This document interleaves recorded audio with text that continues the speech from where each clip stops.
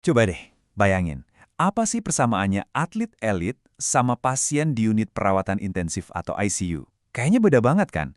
Tapi ternyata ada satu hal yang sama persis, cara tubuh mereka pulih. Nah, kali ini kita bakal bedah tuntas sains di balik pemulihan. Kita akan lihat kalau istirahat itu bukan cuma diam-diam aja, tapi justru kerja keras yang paling penting. Pernah nggak sih ngerasain udah tidur semalaman, pas bangun badan rasanya kayak digebukin? Familiar banget kan?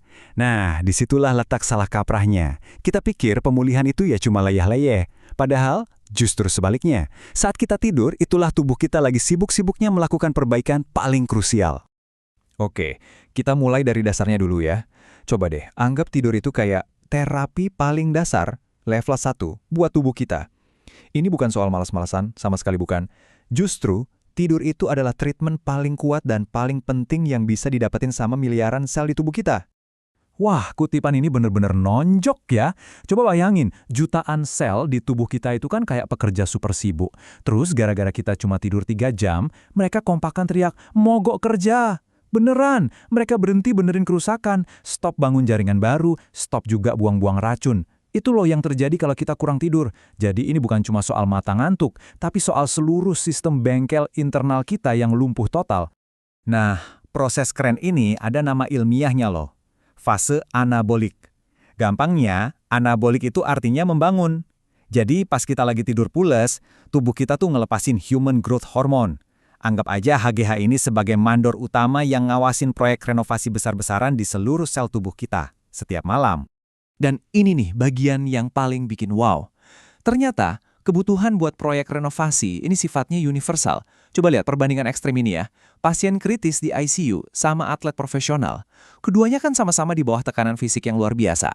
Nah, ternyata di level seluler, kebutuhan mereka itu sama persis. Tidur nyenyak buat perbaikan. Kalau nggak pasiennya bisa delirium, atletnya bisa cedera. Masalahnya sama, cuma panggungnya aja yang beda. Oke, selain tidur, ada satu lagi nih tersangka dalam proses pemulihan yang sering banget disalahpahamkan. Siap-siap ya, karena kita bakal bongkar salah satu mitos paling gede soal rasa pegelinu abis olahraga. Selama ini kan kita selalu nyunjuk laktat sebagai biang kerok otot pegel. Wah, laktat nih. Ternyata itu cuma mitos. Faktanya, laktat itu justru pahlawan. Jadi gini, waktu sel kita kehabisan oksigen pas lagi kerja keras, laktat ini muncul sebagai bensin darurat. Tujuannya biar tubuh kita tetap bisa jalan. Jadi, dia itu bukan sampah, tapi cadangan energi super kita. Jadi anggap aja kadar laktat yang tinggi itu kayak sirine ambulans yang bunyi kencang banget di dalam tubuh. Nggak peduli kamu lagi lari maraton sampai ngos-ngosan atau lagi berjuang di ICU, sirine itu teriakannya sama. Wey, perhatian, sel-sel kita butuh oksigen sekarang juga. Oke, teorinya udah dapat kan? Sekarang pertanyaannya, gimana caranya kita nyontek strategi pemulihan sekelas ICU ini buat kehidupan sehari-hari? Nah, jawabannya ada di sini. Tapi sebelum ke solusinya, kita kenalan dulu sama musuh utamanya, namanya muscle wasting atau penyusutan otot. Ini kondisi gawat darurat di mana tubuh kita, karena kekurangan bahan bangunan alias protein, mulai panik. Saking paniknya, dia makan ototnya sendiri buat dijadiin energi. Ini kayak mode bertahan hidup yang justru ngerusak diri sendiri. Dan ini dia resepnya. Simple banget tapi super ampuh. Langsung dari ICU.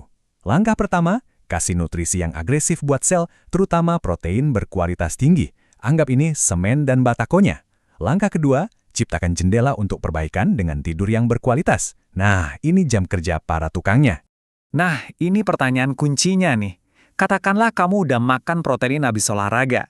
Berarti gudang udah diisi, batako sama semen udah siap di lokasi proyek. Pertanyaannya, kapan nih para tukang bangunannya mulai kerja? Dan ini dia jawabannya. Momen ahanya di sini.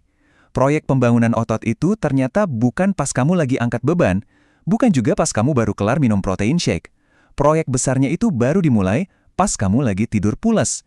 Tanpa waktu tidur itu, semua protein yang kamu makan cuma bakal numpuk di gudang, nggak bakal jadi otot kuat. Sleep hard, recover harder. Mantra ini ngerangkum semuanya dengan sempurna. Filosofinya simpel. Kunci performa puncak itu bukan cuma soal latihan keras, tapi juga tidur keras. Biar apa? Biar pemulihannya jauh lebih dahsyat lagi. Jadi sekarang udah jelas ya, pemulihan itu bukan pilihan, tapi sebuah proses aktif yang komandannya adalah tidur. Nah, kalau kamu mau dapat lebih banyak lagi wawasan berbasis sains yang keren kayak gini, langsung aja cek akun ini ya.